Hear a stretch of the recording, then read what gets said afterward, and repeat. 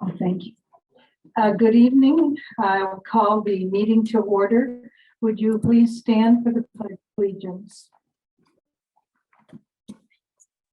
I pledge allegiance to the flag of the United States of America, and the republic for which it stands, one nation, under God, indivisible, with liberty and justice for all.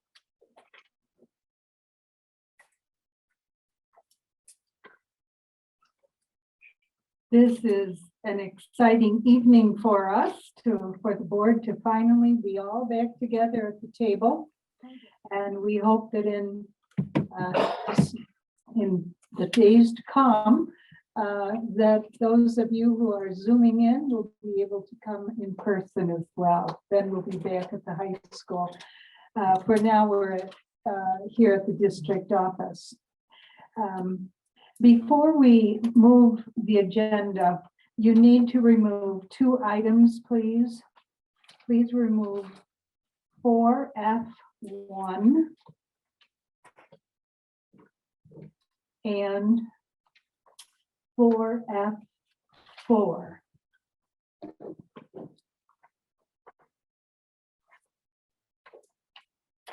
With that done, I will ask for a motion to approve the agenda. If you are speaking, turn your mic on. You can remove your mask so we can hear you. And if you want to speak, do one of these because I can't tell who's speaking through the masks. So a motion, please, to approve the agenda. Paul and Isetta. Any discussion? All in favor? Motion is carried.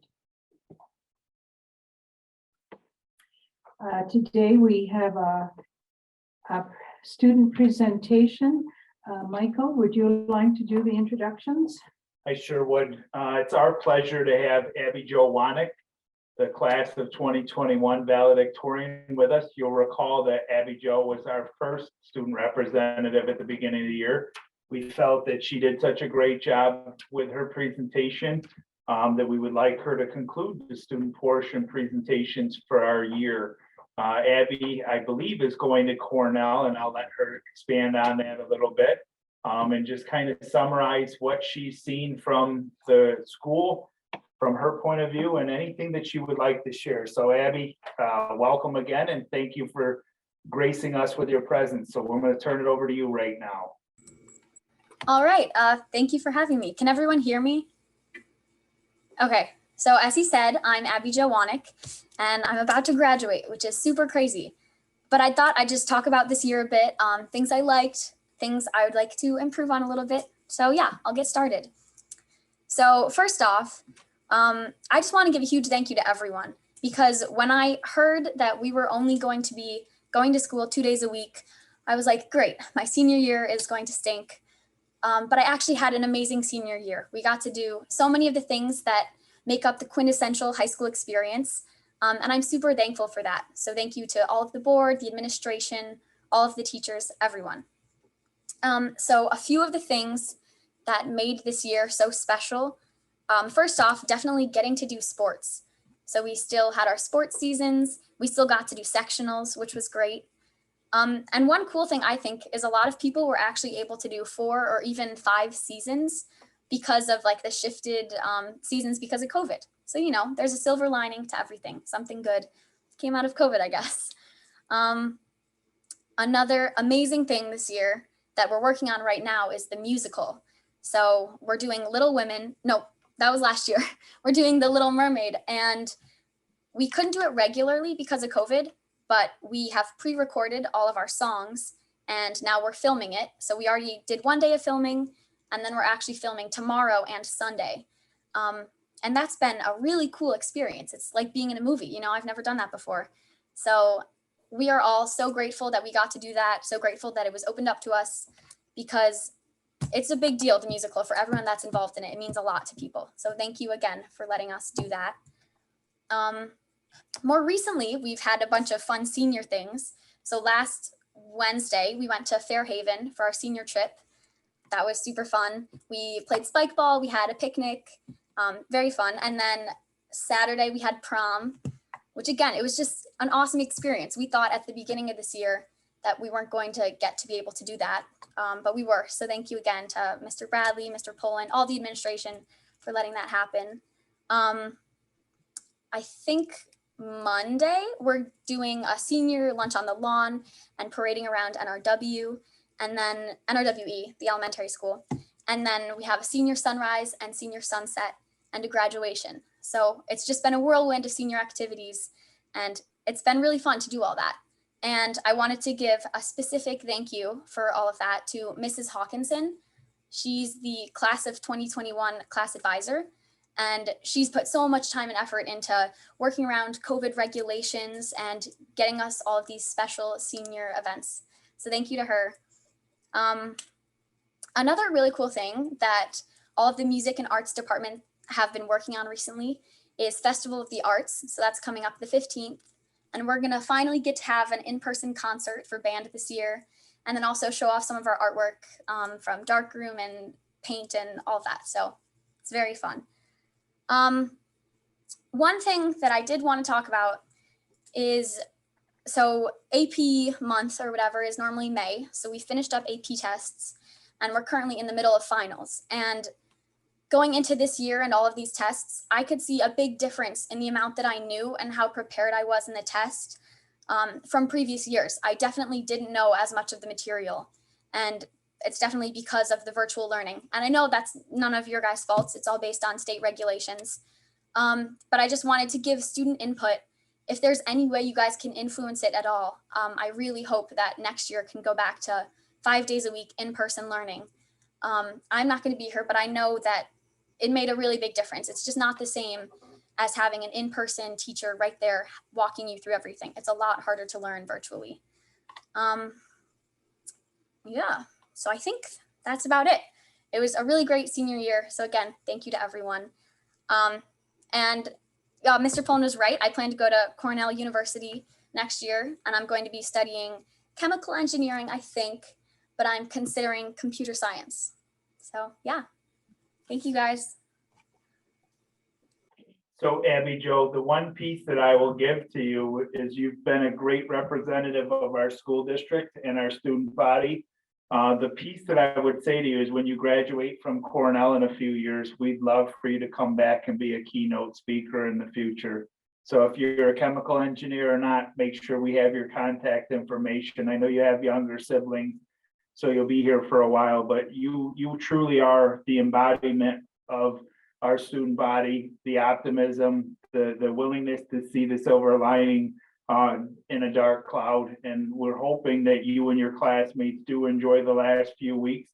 You mentioned a lot of positive things, and we certainly are listening very intently to our student body members. We know wholeheartedly that this has been less than perfect, but given the pandemic and everything else, you and your classmates, as well as your peers at the high school, have done a fantastic job modeling resiliency for our younger students. So we appreciate that.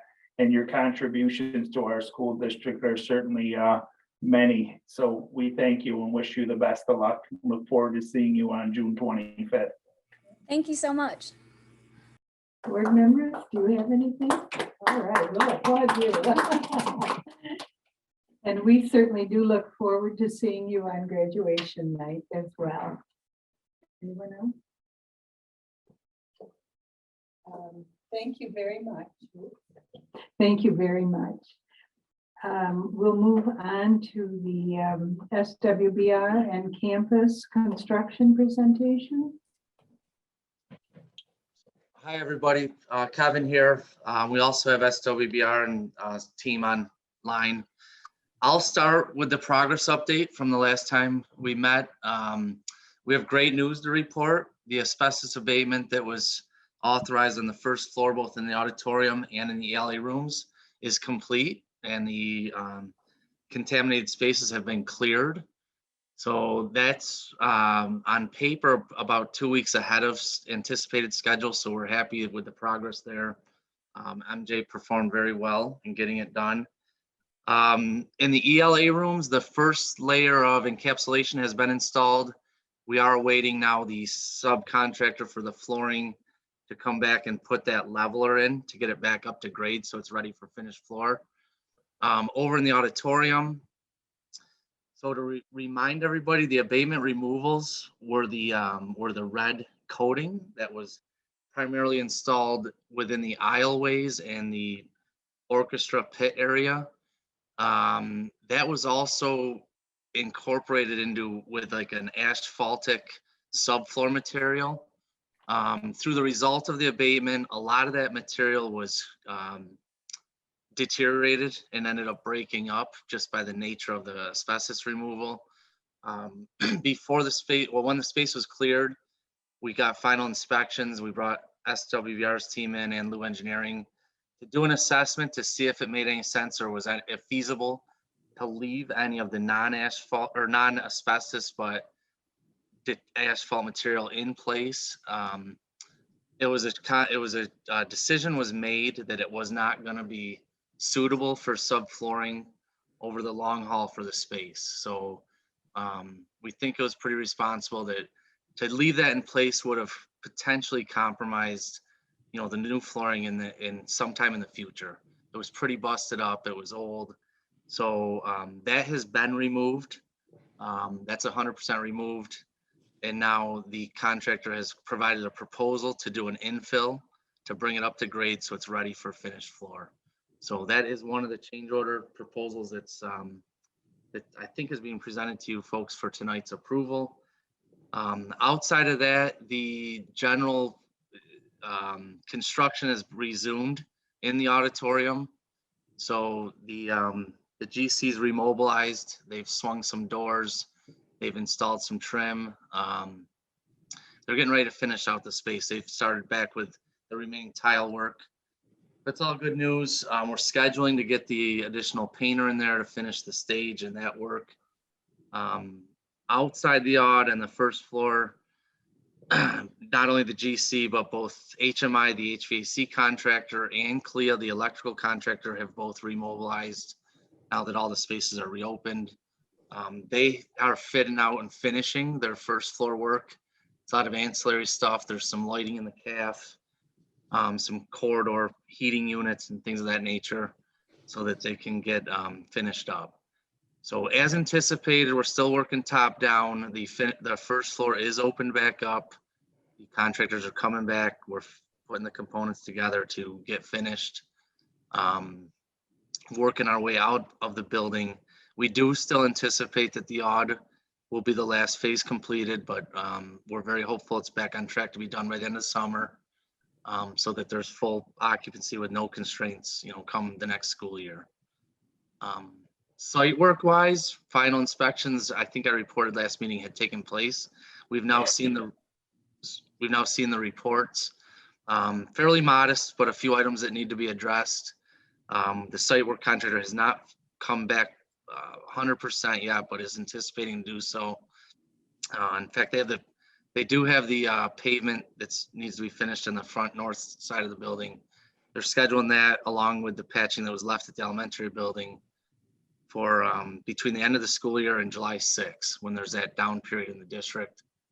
Be the least disruptive. They can pave both sites, get in and out of here and be done.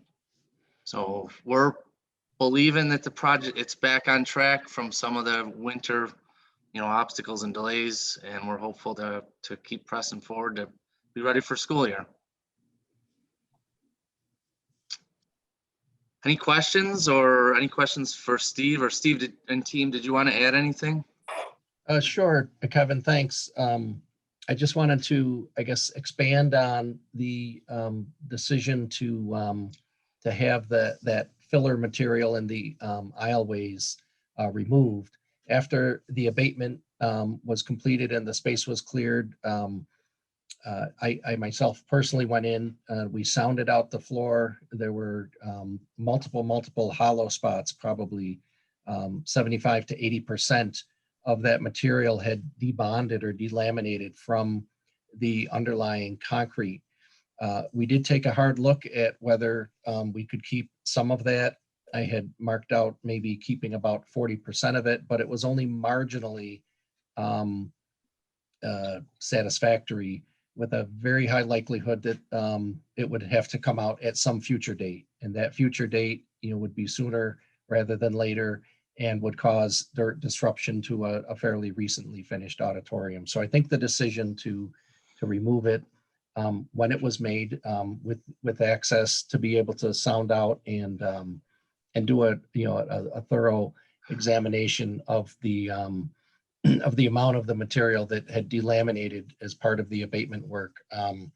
The decision to remove it, I think, was a very appropriate one. And the district and campus were both closely consulted on that recommendation. So as Kevin said, that's one of the change orders that is before you today. That's the unit price.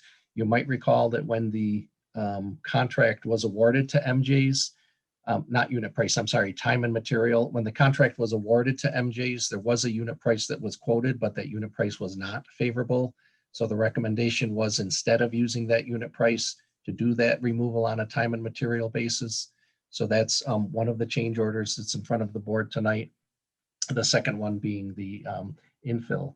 And then the only other thing I think is appropriate is that we have scheduled for the fire safety inspection for the entire building, with the exception of the auditorium, to occur. It's, I guess, tentatively scheduled for July 16th. But the anticipation with the progress of the punch list on the second and third floors and the reopening of the first floor is that, that's a very solid date. And then the auditorium itself will have a second fire safety inspection and substantial completion certificate that will be issued later in August. So both of those dates are on the calendar, and we will continue to coordinate with the district, with campus, and with the BOCES fire safety inspector to make sure that we have all of the pieces in place for the certificate of occupancy this summer. Board members, do you have any questions, Paul? Evening, Steve. Two questions. One is, can you address the items left on the punch list on the third floor, please? So I had gone through the third floor with our interior designer, and we did identify items in various rooms. I don't know what the status of that is today. That final inspection list was published. Was it a week or 2 weeks ago? So perhaps Kevin or someone from campus knows where, how they've tackled that. They were pretty, I guess, normal kinds of things, like setting ceiling tiles back in place, touching up paint. Those were the primary issues on the third and second floor. But I haven't been back since that final inspection of a number of weeks ago, so I'm not sure where they stand today. Kevin or Brian? Yeah, I know they've been working on it, and I don't want to misquote it, but my team is telling me it's close. I don't want to misquote it. So if you want an itemized list or a more accurate percentage, it'd be better for me to consult with our team on site tomorrow and send out an email to the administration. Right. To piggyback on Steve's quote, it's pretty minor in nature, meaning it's just a lot of touch-up type items. It's systematically and big picture. They're pretty easily accomplished. I just don't want to misquote how many are done. No, I don't need a complete list. Bob, are you okay with where they are on that punch list? It's very close. I know that there are some door hardware issues. There's about 2 or 3 things. Yes, they're hanging out there a little bit longer than we would like, but we're extremely close on the third floor. Okay, thanks. The second question I had was on the windows.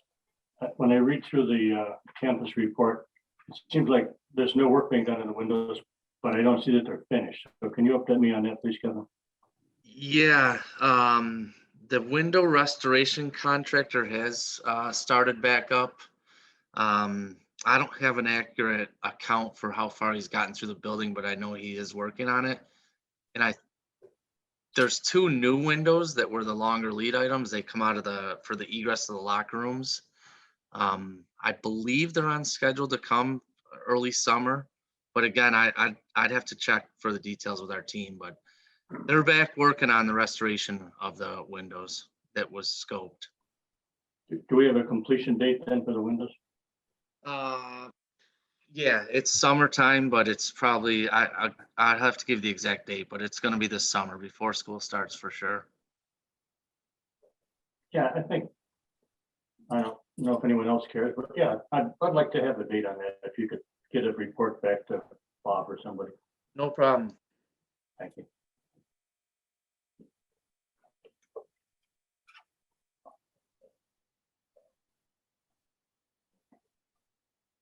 Anything else? Jason? Hi, Kevin. I just have one question. You said that you sounded off the auditorium floor prior to laying the new flooring to ensure that it was going to have a good lifespan. Is that something that was done before the asbestos was found as well, to make sure that the flooring that you were going to lay down would have a good lifespan? And if so, did you find any deficiencies with the floor that was there when you did it at that point in time? Sure. So prior to the discovery of asbestos, there was some sounding out, and there was areas identified. They were limited, and actually a particular area had been replaced prior, and then there was a new area identified. Maybe about 15% of the floor area had been identified prior to the abatement. Through that sounding out process. Was that prior to the abatement or prior to the discovery of the asbestos? Prior to the discovery of the asbestos, that's correct. So it was already calculated in the estimate to replace that floor? A portion. There was a portion that was known. We had actually started to identify requests for a proposal to do that portion. I believe a price had been submitted, but in concert with understanding that we had to replace this material, that's when I noticed that the material below the red, because they had done the grinding of the seating area, but the material below the red area in the auditorium was black in color. And whenever I see something black in color, I think, oh goodness, we better have that tested. So we double checked to see if it was sampled. It had not been sampled. So we had it sampled. The black material was actually negative for asbestos, but it was that red coating on top of the black material that was positive. So that was all back in December when that whole discovery was made. Prior to that discovery, we had sounded out areas and identified a very limited area of replacement of that material. No, I remember that. My only question was regarding the sounding off, and if that had been done prior to finding the asbestos, just so I guess my concern, had we laid down the floor and then there was an issue underneath, could we have been caught by surprise, or was that something you guys were planning for? Sure. There was only, again, a limited area that had been identified prior to the discovery of asbestos. It was during and after the abatement that, I'm sorry, go ahead. I'm just curious, how big of a spot was that you identified initially? I can go back to the drawings, but I think it was roughly 10 by 10 at the front of the auditorium. Okay, thank you. Maybe 10 by 15 or 10 by 12, that kind of a thing. So it was limited and isolated. After we went through, there was it was much broader. It was a much broader delamination of that material. And the asbestos abatement involves, grinding. It involves water. It involved some selective removals so that the grinding could be done, appropriately. So there was quite a bit of activity as part of the removal of the coating that led us to the understanding, the discovery, I guess, of the broader delamination. But prior to that, the area of delamination was fairly limited. Well, and as Steve said, the district was consulted and we did say pull it out. So, and that was done under supervision of our abatement contractor and Lou Engineering, and as well as the Department of Labor was on site, overseeing. Right. So we figured make the investment up front while we had the opportunity to do it under abatement conditions, so that we weren't dealing with this 12 to 15 years from now when the carpet comes up. So Anyone else? Paul? Steve, you kind of mentioned it, but if you could expand on it. So we've stopped MJ from what they were doing, and they were going to put out the bid for the refill. Is that right? No, so the change order, if I understand the question correctly, the change order for the infill is in front of you tonight. And that's MJ's that we got the pricing from. So it's not the general contractor, but it's the contractor that did the abatement. Okay, thank you. Yep. So it's not FA's General Construction that's providing that infill, it's MJ's.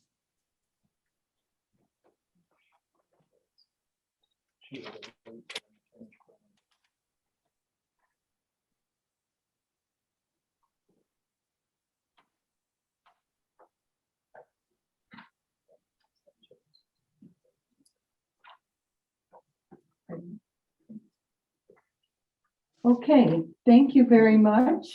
We're getting the papers now. Thank you very much, and we look forward to more good news next time. Thank you. Okay, thank you. Good work. Thank you. We move next to the directors to reports and the school improvement plan. Michael, do you want to introduce this, or Megan? So I'm happy to have our directors with us. So as you know, each month we've tried to present a different component of the school improvement plan. Tonight is the last presentation, which is our directors that'll present to you. So we have Jeremy Barnes, Director of Transportation, Bridget Barr, Community Schools Administrator, Donna Ravello, Food Service Director. Many of you are seeing for the first time Bill Bonville, William Bonville on screen right there. Bill, if you could just wave. There he is, our new Director of Facilities. So we've given him a break. We're not asking him to present. And then Lisa Brower is typically our Director of Technology, would be presenting with this group tonight also. She got called away for something that was unplanned. So Megan's going to step in and present her portion of it. But, you know, we're very pleased with the directors. We think what you're going to see tonight will be stuff that will give you an update in the area of each of those fields: transportation, food service, technology, buildings and grounds, again, won't be included, but also the community schools piece. So we're going to go ahead with that. And as I mentioned, food service as well. So, okay, because I don't want to slight anybody, but I'm going to turn it over. I believe, Bridget, are you the one starting tonight? Yep. Go ahead. Floor is yours. Yeah. Pull up the presentation.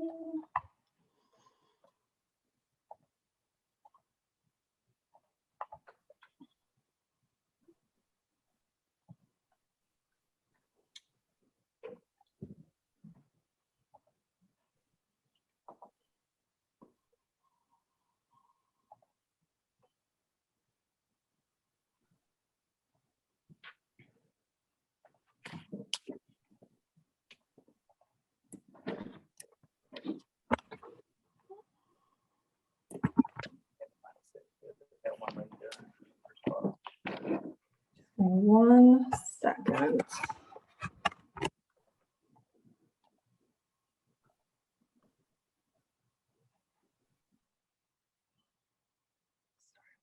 Doing weird things here.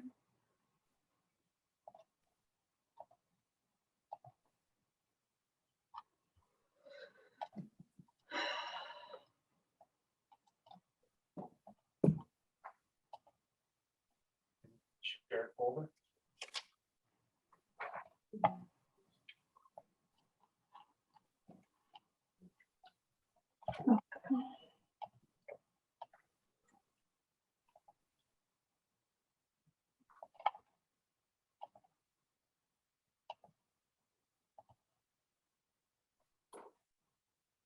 Bridget, if you can't pull it up, we can have, if you share it with Tina, we can grab it. Oh. They have hard copies in their folder as well. Tina, If do you you have it? They do have hard copies in front of them, so don't hesitate if you want to hit send or send to Tina, and we might have it. We can pull it up while you go ahead and present. So okay.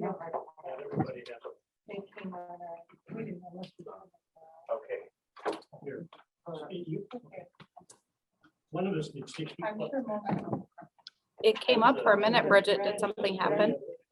Yeah, I don't know, it's like glitching and it keeps like closing out. So if you have it and can you put it up? I don't, let me see how I have it.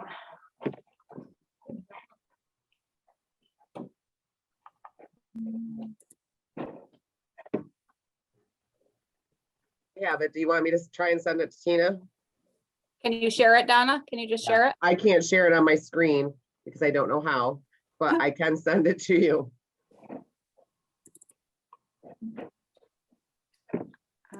Why can't I get my stuff here?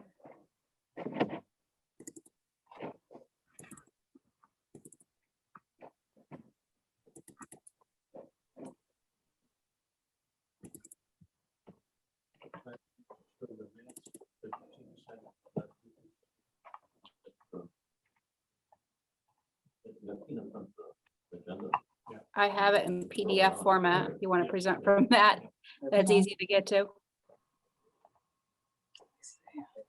That's, All right, let me try one more time.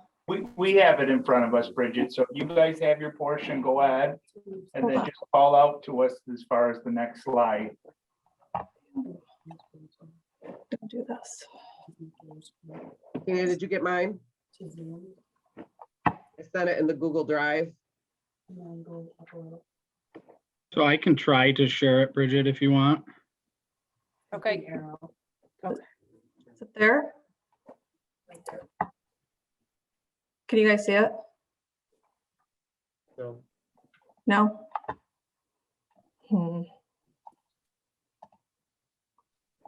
How There you about go. that? Can you- Okay, Jeremy, whew, Yeah. saving the day.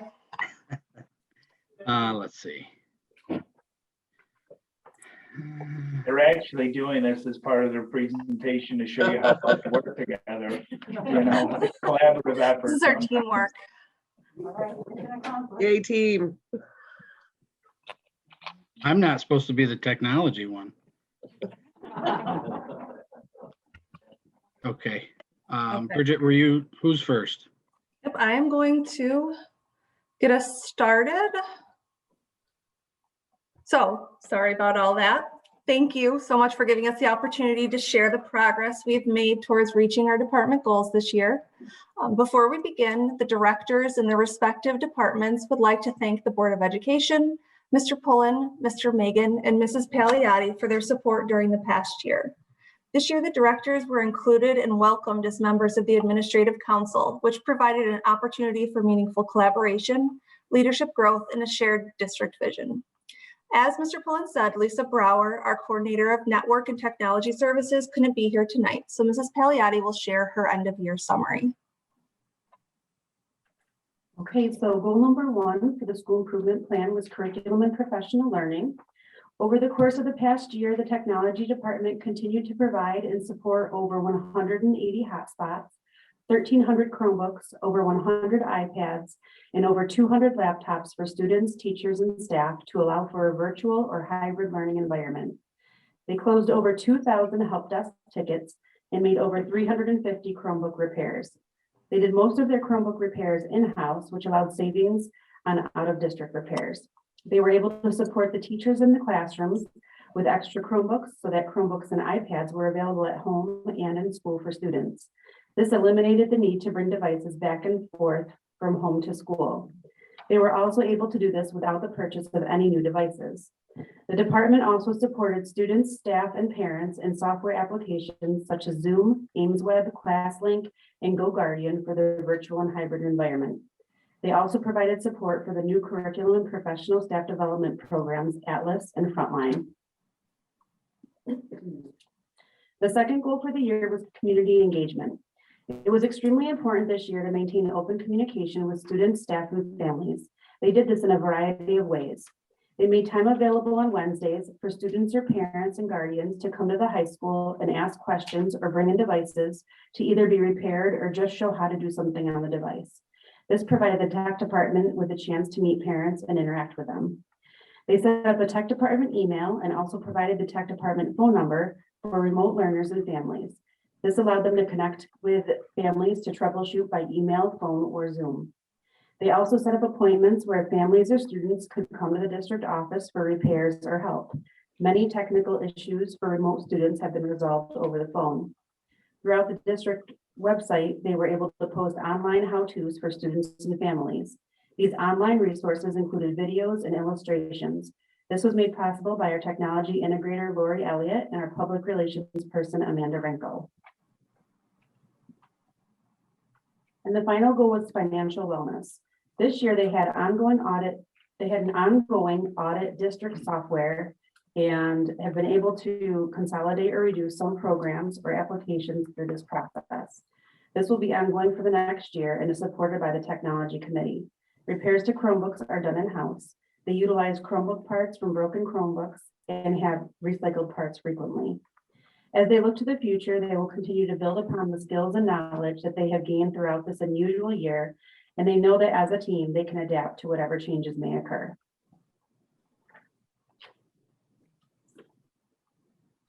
All right. The community schools curriculum development goal was to support extended learning opportunities and early learning initiatives. As you saw in our recent UPK presentation, this was the first year of implementation of 3 new literacy programs and a new math program in UPK. These programs were also provided to Huron Head Start, so any incoming kindergarten students who participated in a district-funded UPK program have had exposure to the same curriculum and instructional resources. Based on our most recent progress monitoring assessments, we're excited to see the accelerated growth of early literacy fundamentals in our UPK students and know that they'll hit the ground running in September. The objective of our 21st Century program is to offer opportunities for academic support and access to enrichment opportunities that help develop social, emotional, and leadership skills. Our 21st Century staff and community partners have persevered during this unique time to ensure continuity of services for our students and families.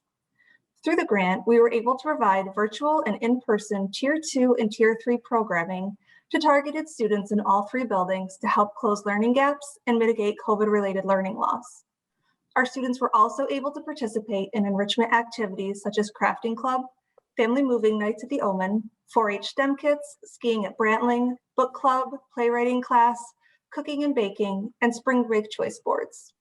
Our students could not have had these experiences or benefited from these resources without the creativity and perseverance of our staff and community partners. A new grant opportunity that we participated in this year is the Workforce Innovations and Opportunities Act grant. This has given students who are focused on keeping engaged and on track to graduate the opportunity to gain work experience while learning on-the-job soft skills they'll use in future employment. Right now, we're working on bridging North Rose-Wolcott's experience and staff tied to youth employment with steady work partners, including Family Counseling Services, Wayne County Behavioral Health Network, as well as other schools. Right now, we have an initial wave of 8 to 10 students who are currently working, and it's truly been a win-win for both the students and the district. We'll be meeting throughout the summer to discuss how to build the program and integrate it with the 21st Century grant. Our community engagement goal was to expand interaction between the school and community by developing the Parent Liaison program. Our parent liaisons, Samantha Gardner at the elementary school, Yvonne Bishop at the middle school, and Jessica Lapp at the high school, provided an avenue for families and educators to overcome barriers that can keep strong partnerships from developing through their clear and consistent communication. One of the most important topics that they regularly addressed was community and school meal information. Through their North Rose-Wolcott Facebook community page and their Remind groups, the parent liaisons were able to keep families updated to any changes to meal delivery schedules and local food distributions. When the EBT cards were released, they were able to share information and answer questions for families. The parent liaisons were also integral in helping parents and students overcome technology and online learning issues. They picked up Chromebooks that needed repair and delivered them to the district office. They provided assistance when navigating Google Classroom. When parents were concerned about grades, the parent liaisons were able to share information about 21st century tutoring and after-school services, and then check in periodically with those families. Financial wellness. So the final goal was to strategically utilize community resources and collaborate with consortium partners to best support district goals. In order to increase district programming opportunities and lower individual costs, we collaborated with neighboring districts and members of our grant consortiums, as well as multiple community partners such as Cornell Cooperative Extension and Wayne Most. This format provided more opportunities for our students and benefited the district by maximizing grant funding. When we were unable to hold our 21st century program in its traditional format, we turned to our community partners to help us to continue to provide opportunities for our students. Each school break, Cornell Cooperative Extension and 4-H provided boredom buster kits with several hands-on activities meant to help students unplug and stay engaged. Wayne Most, a network of advocates for out-of-school time, provided multiple opportunities for students to participate in both virtual and in-person experiences throughout the year, including activities like February break nights out and virtual dance lessons. In the fall, I talked about the importance of braiding funds to ensure we're not dependent on one single source of funding. If we specifically look at the area of mental health, this year, I've pursued and secured various funding sources and resources. We currently participate in the Mental Health Awareness Grant. Additionally, we're included in a Bureau of Justice Assistance school safety grant I successfully secured that focuses on training students to recognize the signs of mental health issues in their peers and to get assistance from a trusted adult. We have also partnered with Family Counseling Services of the Finger Lakes to co-locate a trauma counselor and a trauma advocate in our buildings at no cost to the district. This grant-funded opportunity allows us to increase our mental health resources without depleting district funds. Post-pandemic, ensuring mental health support is in place must be a priority. Should the funding for one of these resources end, we still have multiple ways to continue providing critical mental health supports. On a final note, while this year may have been unpredictable, I believe it has given us a tangible opportunity to lean into the concept of community schools and build authentic relationships between families, the community, and the school to ensure we're giving students the best experience possible. Thank you for the opportunity to share these accomplishments. And with that, I will turn it over to Donna to discuss food services. Thank you, Bridget. Hi, everyone.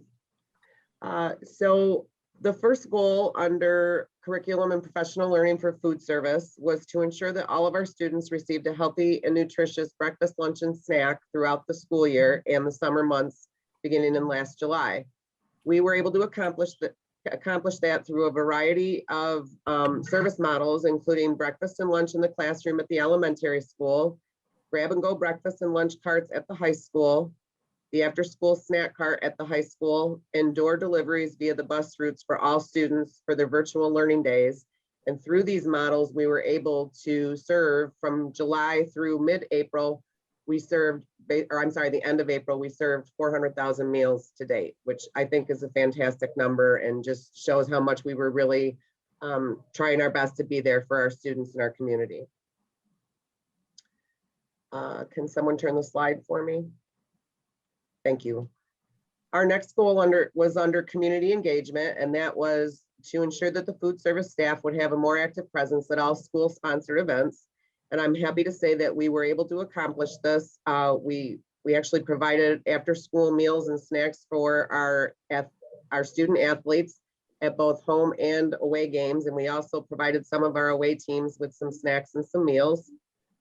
We provided in-house catering to many district-sponsored events. We certainly increased that this year, and it was a lot of fun, and the staff really enjoyed doing that. We implemented and maintained a faculty menu for our staff, and we maintained a more active social media presence as well. And I just want to touch on that social media presence on something that Bridget said with the community liaisons. They were huge in helping us keep everybody up to date on any changes that took place in our meal and our distribution program, and getting any messages out there that we weren't sure were reaching the community. They were just fantastic helping us accomplish that goal. Next slide. And our final goal was to manage a fiscally sound department budget by continuously researching the best funding opportunities for the district's food service operations. So in order to accomplish this, we look at all the different models that we can serve our meal programs under, and the best option for us was to remain under the summer food service model through the June of 2022, as USDA has now extended that waiver. So we applied for and received the extension through 2022. Our operations are working, unfortunately, at a loss overall for the year, but that loss is basically due to our increased costs, COVID-related serving expenses, and it is completely covered by our cafeteria reserve fund. As you know, when we came into this year, we had a very healthy fund balance, and we are able to cover all expenses through our cafeteria reserve fund. And in addition, we applied for 3 equipment grants for the 2022 school year, 1 for each one of our schools in our district. We probably won't know the outcome of that equipment grant until October when it's announced, but we were able to get that in the deadline, and I think we got a great idea. The equipment that we applied for was some income generating equipment, and I think it'll be a great addition to the department. And that's it for me. Okay, we'll move on to transportation. Just something I wanted to share with you guys is, a lot of times where we go, but sometimes we don't know how far we go. So this chart was created, and that was with mileage through May 15th. So the transportation department as a whole from July 1 through May 15th has traveled 333,325 miles, which is quite a ways, obviously. You'll see with the different colors in the chart, kind of how it was broken down. There is a very small green portion at the top, and that was our lift miles in supporting students in their lift program for the school year. And this is just kind of encapsulating how many times a bus has left the garage for any one reason. With our reporting and our data collection through transportation this year, we were able to narrow it down to kind of specifics. You'll see, a bus has left the garage 699 times through May 15th to deliver food to our families. We've left 2,590 times for in-district routes, 2,423 for out-of-district routes, 25 for the lift program, and then some other things involved there. So through May 15th, a bus is left and returned to the garage 5,919 times this school year. For the curriculum and development, the drivers and monitors were required to attend two 2-hour professional development sessions. The trainings included signs and signals, which is getting to know your bus, knowing when to turn your yellow lights on, activate your red lights, those types of things. Your frame of mind, the role and attitude in the safety of children is just having that positive attitude every day for transportation. And then working with students with special needs, and also mandated by the state education department is a refresher on PJ's law every year. Again, for community engagement, I mean, we traveled to 151 different sporting events. Again, 699 food delivery trips, 25 lift trips, getting students home safely, and then just coaching the drivers and staff to create a positive relationship with students and families. And then with our financial wellness, it was just staying within budget. And, we've been able to do that this year with all the COVID requirements and those types of things. We were still able to stay within budget. So thank you. And does anyone have any questions? Paul? Yeah, Jeremy, I'm surprised that the out of district is a significantly greater portion than in district. Can you help me understand how that would be? For the amount of miles traveled, Paul, or? Right. Yeah, so I mean, the amount of miles traveled, we're traveling to, and please bear with me if I lose connection, there's a pretty good thunderstorm going through here. But I mean, the amount of miles that we travel is basically back and forth to Rochester every day. That did include our trips to BOCES too this year, which we had to use 2 buses at a time for all the trips back and forth to BOCES because of the COVID restrictions. So you double the miles for your Wayne Tech and Career Center. And then, we're going to Newark, we're going to I do believe it's 6 different schools in the city of Rochester. Rochester School of the Deaf, Kessler Center, some of those types of places. So the miles add up quickly for out of district for sure. Yeah, thanks. I didn't realize we had many trips to Rochester. Anyone else? Jason? I just have one thing. You said that you made 5,919 trips and they all returned. And I think that's a monumental reason to celebrate. Thank you so much. Sure. You're welcome. 919 trips and they all came home. And safely. Safely. Yes. John? I was really impressed with every slide. If there's any doubt that we use money in a responsible manner for students and for the community, this is a good demonstration. It's actual numbers with actual things we've done. And I think it's a great selling point for our school district. And it's probably should be in the budget presentation for the community ahead of the budget vote. Because it really is impressive. Yes, it is. It's fantastic. Anyone else? Well, thank you so much. It was informative and we're very impressed. Fantastic job. Thank you very much. Good night.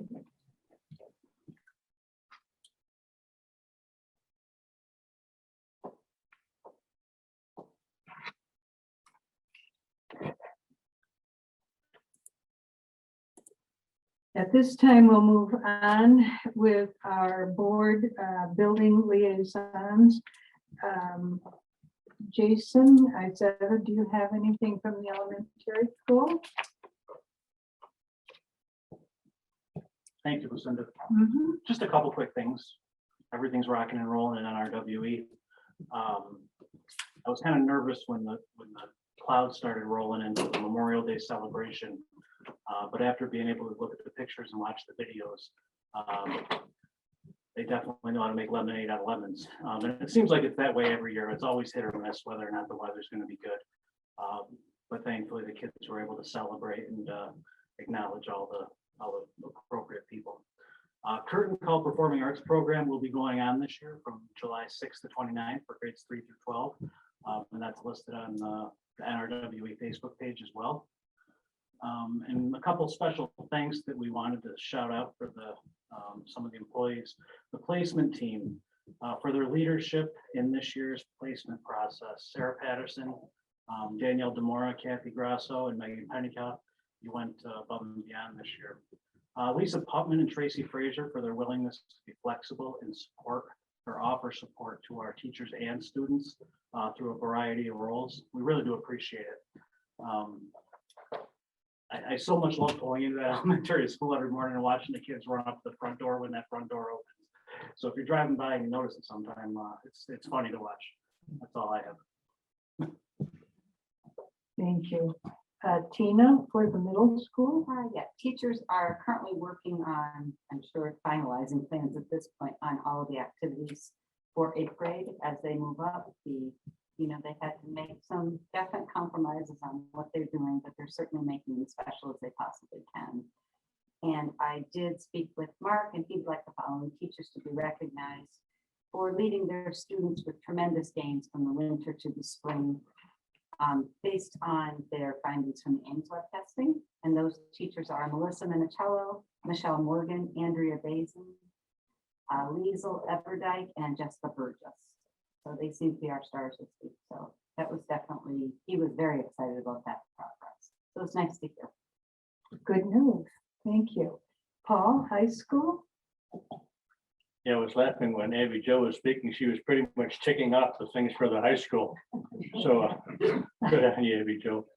One thing, she did mention Wendy Hawkinson as a senior class advisor, and Scott Bradley also said, hey, she's a standout. So I wanted to emphasize that. Awards, academic awards were last week, so that was below Abby. She's a senior, so these are all for the 9 through 11. 96 students were recognized. Graduation plans, we're looking for an event at the soccer field so that more students, so that more families can attend, family members. So that, of course, you'll hear more about that. I wanted to highlight the fact that Quentin Norris and Skylar Cole won sectional doubles in tennis. So congrats to them. Speaking of sports, the sports awards are next Monday. I think Abby mentioned that, and if she didn't anyway, and next Monday night, 6 p.m. Looking at having it in the auditorium. If there's so many guests that we need to move to the soccer field, we will. And then also having the spring concert on June 15th. And then one thing, again, juniors have a junior ball coming up this Saturday, so they're all looking forward to that. Thank you. Thank you, Paul. John, do you want to speak of a meeting you attended? Just safety. Oh.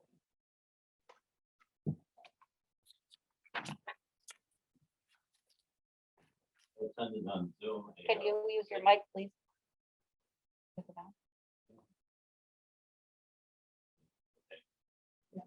Okay.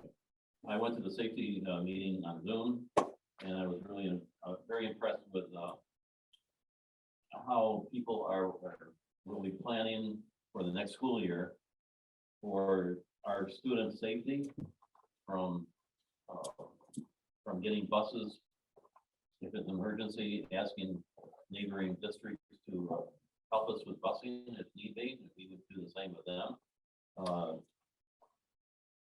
The safety plans can be shared. They have a shared platform now that they can share the safety plans, which is an excellent idea. In the old days, you'd have a piece of paper and didn't know what the other person was doing in the other building. Go home early drills are limited this year, but they're planning for next year. A really good thing we're doing is we're going to be buying some more AEDs. I think maybe Bob, we've already gotten them maybe. Up to 8 more in key areas of the building. They'll be delivered in June, and they're considering an AED drill next year, which is a good idea because when the AED, when you need one, everyone needs to know where it is and what to do with it. CPR, first aid, and AED training. Amy Brownlee has been doing this for a lot of years, and she's doing this again, which is good. So it was very impressive. They're going to be working in the summer. Sounds like a lot of work in the summer will be done for next year's planning. And with a new building coming online, it sets up a whole new way of looking at things as far as the SROs are concerned, and combined planning to make it all work well. Thank you. Thank you, John. I got a question, Cinda. Yes, Paul, thank you.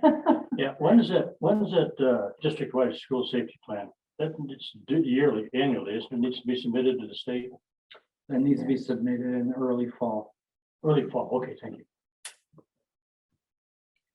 All right, Linda, would you like to report on Fort County? Well, I will not have a report tonight on Fort County because they changed the date for the legislative committee meeting to this coming Saturday rather than last Saturday. So I'll be able to report at our second meeting. All right, good. I will say that I did attend through Zoom the Fort County training on the fundamentals of understanding the open meetings law with an attorney from Forenza. I learned quite a bit, so I was happy I had attended that. I was also pleased that we do a lot of things exactly right, so that was good too. We move to the policies that are being presented for a first read, and John, as chair of the policy committee, would you like to take over? These policies were really the very integral in running a school district for students. 7240 had to do with student records, and they define what a record is. And by the way, teachers' notes are not included as being a record if the teacher keeps it privately. They listed the items that are listed in it and where you could send the information, such as juvenile justice system and foster care agencies, which make sense. Military recruiter is listed in there, a big paragraph on that, and delineated on the Department of Education surveys. Because it did do the military recruiter, and they included it in 7240. If we look at 7242, we're asking the board to delete that policy from our policy book because it's already handled, so it's just redundant. 7260 is designation of a person in parental relationships.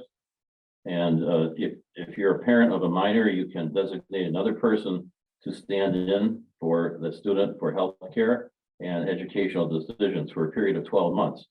And it gives you the form, it gives you what you have to do it. So it's very defined. 7410 is extracurricular activities. And that's defined as anything that's not it's educationally related, but it's clubs and things like that. John, we don't have 7410 on our list. Oh, okay. We go from 7260 to 7512. Well, we have a vacation then from one of them. We'll get those next time. Next time, right? Yeah. 7512 is health exams, which is critical for the welfare of all our students. They're pre-K or K, plus they have to be done, and it specifies what grade levels and what to do with dental and eyes. Very important. 7513. This one has always been a kind of an issue. It's medication and personal care items. Sets the protocol on what the nurse must ask for from a doctor or from the parents, and how the medicine is kept, how it's locked up and double keyed. And it talks about non-prescription things, such as EpiPens, inhalers, storage of materials, over-the-counter meds. Our policy will read that we don't recommend the district buy it or stock it for students. And it's good reason for that. The new one that came in was hand sanitizers. Believe it or not, a long time ago, you couldn't have hand sanitizers. Now you can, obviously for a reason. And concussion management, that sets the protocol for if students report a head injury or headache or any of the symptoms to a coach or a teacher or whoever in charge, there's a set protocol you must follow. You cannot just say, oh, gee, well, we'll let you play. It's got to be permission by a doctor and go through a certain protocol. And for the safety of the student. Please believe me, I have a grandson who complained to his coach in 7th grade that he had a headache and he was not allowed to run on the track. But he had hit his head. So it was a good call by the coach. That's it. Thank you. Do any of you have any questions for Paul on this first read?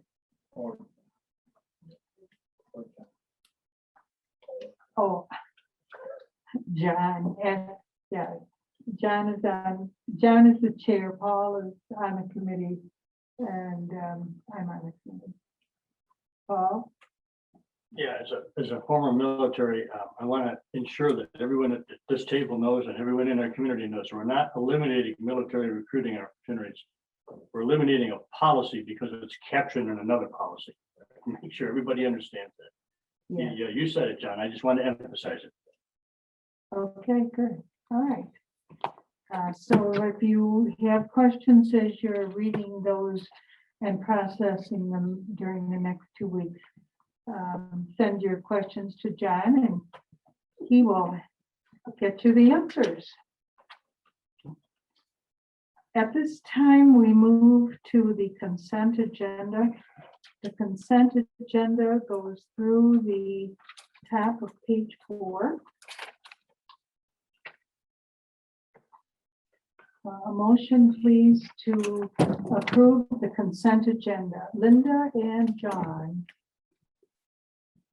Discussion? Comments? Paul? Yeah, on the treasurer's report, I just want to ensure that the date is corrected to 8 June for the receipt of the board. Bob, you know what I'm talking about, right? I She did change it. It is changed, yes, Oh, okay. Not on mine yet. Okay. right. Anyone else? All right, all in favor of approving the consent agenda? Motion is carried. Moving to number 5 on page 4.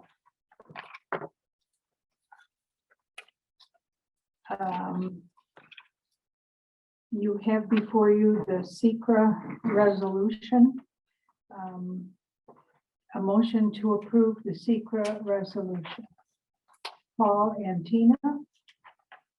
All right, questions, discussion?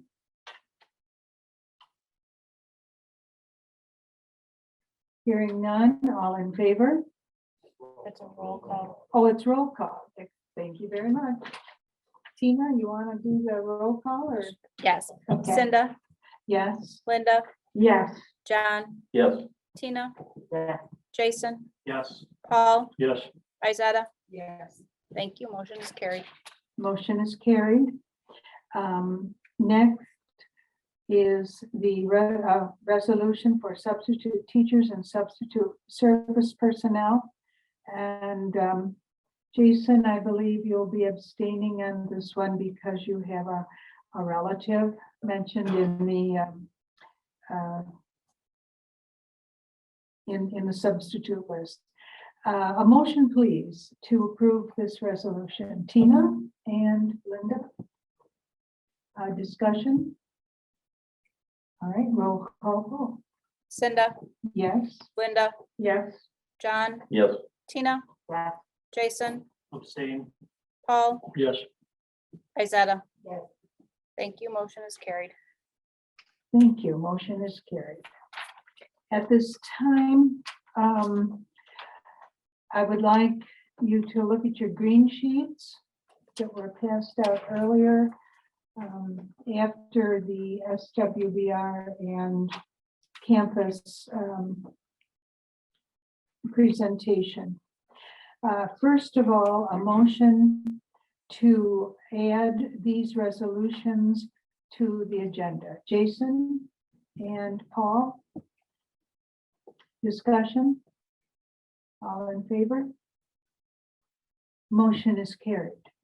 Now a motion to approve the items listed on the green sheet, which A is to approve change order number AB-001 and B to approve change order number AB-002. A motion to approve. Linda and Jason. Discussion? Paul? Yeah, I wonder if we could get Bob or Mike to fill us in a little bit. You know, we just got them, so. Sure, Bob can jump in and piggyback as well, but these are the things that Steve and Kevin presented tonight. The first one is the actual removal of the asbestos containing material from the aisleways. That was not in the original scope of work, which I believe that Mr. Sloan was pointing out through his questioning. And this was a change where, again, the extent in which we found, we added to that. So we basically said, under our desire to keep moving, yes, go ahead under time and material. The second portion of that is actually the infill. So it's taking and replacing that material. And these are going to be vetted again by our construction management team, internal team. So this is something that, you know, Pam will be looking through as we receive these short while ago also. So we're asking for you to approve this with the stipulation that I will have final authority to sign off on it once we've vetted this a little bit more, and our team internally will look at it. So Bob's glanced at it. Pam just got it, literally glanced at it. And then we're gonna spend some time tomorrow morning, yep, going through it. But so far, the numbers seem pretty much in line with what we've discussed. Up to this point, we had a meeting on it yesterday. We were working on some particular language with the contractor MJ, and we feel like we're in good shape. I think I understand everything. Thank you. So Yep. but the last piece then is because we didn't anticipate, we had more fill than we expected. Correct. Okay, yeah, thank you. Yep. Just a quick question. The approval or the change order numbers, it looks like they've changed. Is there a reason behind that? As far as the AB 001 or AB 002, Yeah. I have no idea. Okay, I can accept This that. I is just- a new contract. It's the first change order we've ever done. Gotcha. This is being done by MJ's, which is one of the ones we recently awarded. Okay, They were the best alternative to price this out, so we've never done a change order with them. gotcha. Perfect. Thank you. And MJ was the organization that actually has exceeded the schedule. Correct. Yes, Completed their work and everyone's happy with their workmanship. Yep. correct. We're waiting on this piece here to get them mobilized again and finish the product. Any other questions? Hearing none, all in favor? Motion is carried. We move to good news. Does anyone want to? We've heard a lot of good news this tonight. Does anyone want to add?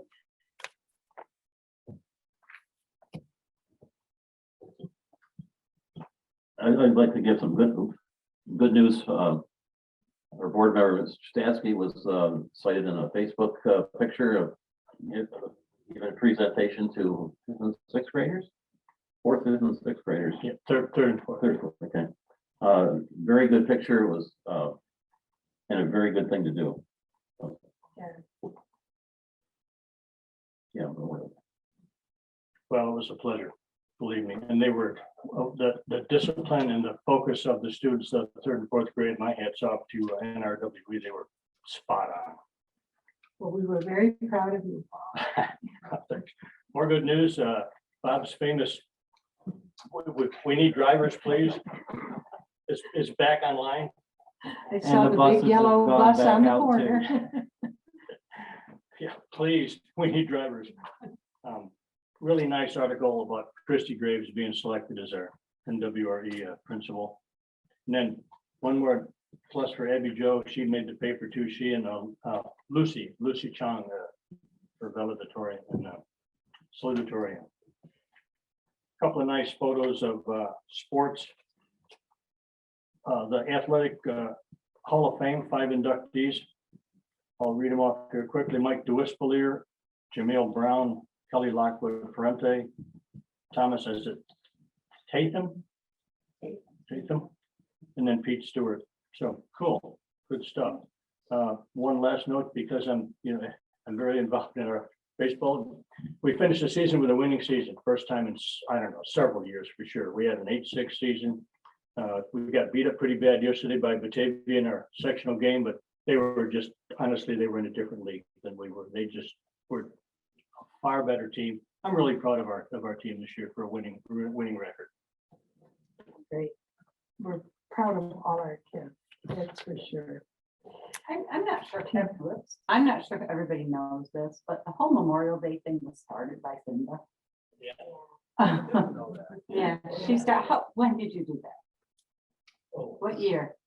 Oh, you're asking nasty questions. It was 100 years ago, Cinda.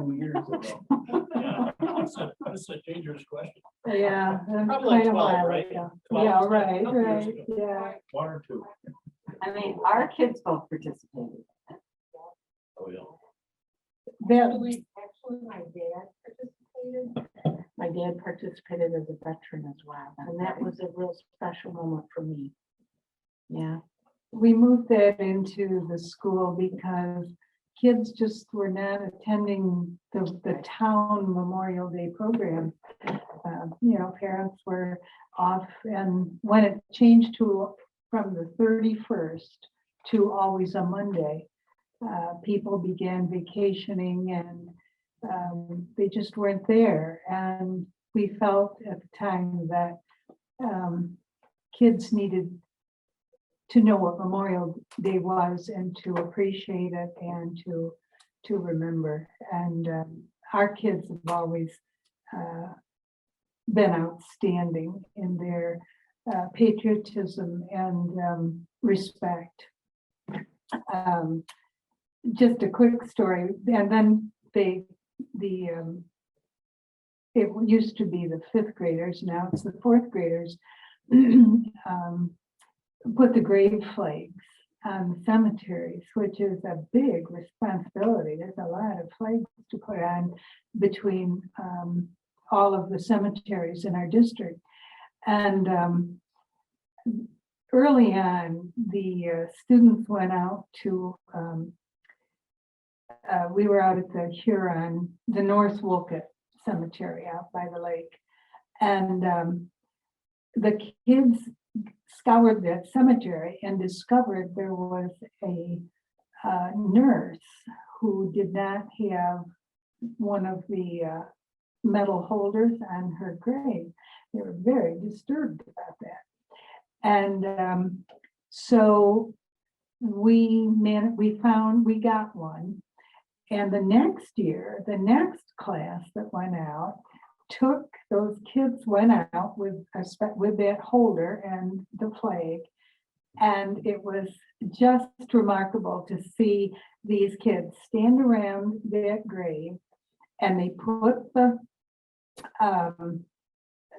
holder in and the flag, and then they said, oh, we ought to do something. What should we do? And I said, I don't know, what do you want to do? Well, they decided they would say the Pledge of Allegiance. And so they did, and very quietly moved away. That's what it was all about. Yeah. Down memory lane. Okay. At this time, we need to go into executive session. Oh, I'm sorry, we don't. We need the superintendent's update. Oh, my goodness. Oh, before we do that, and I'm close to him too, you know. So just to piggyback on memory lane, I was absolutely thrilled to take part in the memorial service over at the North Rose Cemetery on Memorial Day, and part of the parade, and being a part in the park in the town of Wolcott last Monday. It was absolutely impressive. I love the fact that the community still comes together and celebrates. I took great pleasure in meeting many people from the community, and in particular, seeing my kindergarten teacher, Mrs. Klingerman, who was in attendance for the ceremony. So I apologize to her for my behavior of years gone by, but it gave me a lot of pleasure in seeing her and getting a chance to thank her for everything she did for me as a student. And that's one of those things where, you know, we saw with Abby Jo, and we mean it sincerely, the community and our kids and the impact our staff have on so many of us. So it was great to see Mrs. Klingerman. The other piece that I want to point out that wasn't covered under either Good News or Abby's report was that this Sunday night, the 13th, we will be having the baccalaureate service for our seniors as well. So that piece there really covers a large portion of what's happening still in our schools. But I would say right now, you know, we're into that final few week push. We just finished up 8th grade science testing last week. Our elementary students are concluding this week. You know, we're putting final touches on class lists at the elementary. The high school is putting final touches on, you know, scheduling for next year. And middle school really is busy with a flurry of activity because we're anticipating, you know, closing down 2 sections of 2 respective buildings and transitioning back into Leavenworth. So we have a little preliminary walkthrough with our staff over there. Even though building's still under construction, we're trying to give our middle school staff a chance to preview what they're going to be walking back into in the fall. So a lot of good things happening here at the district level. Very pleased with the effort. And again, thankful that we do have a second meeting in June so that I can achieve my goal of getting all of our policies up to date. That was something that I was really worried about, but we got that second meeting in there so that we can get the first read. So very goal oriented. That's it for tonight. Thank you.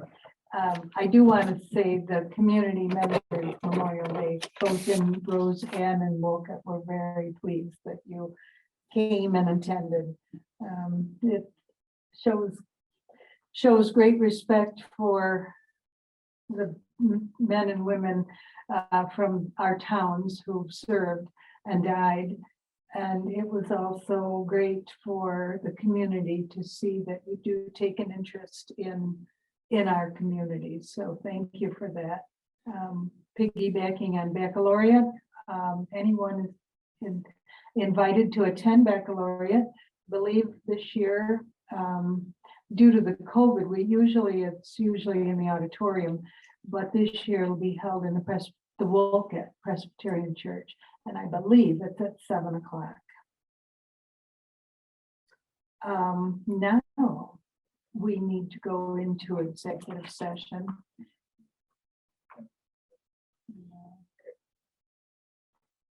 We just move on with those. So I need a motion to go into executive session to discuss the employment history of a particular employee. Izetta and Linda, any discussion? All in favor? The motion is carried. For those of you zooming in, we will not be doing any business after we come out of executive session. You're certainly welcome to sit and wait if you want, but I promise you we will not be doing any business. So at this time, we'll take a break while the Zoomers leave us, and we'll move to executive session.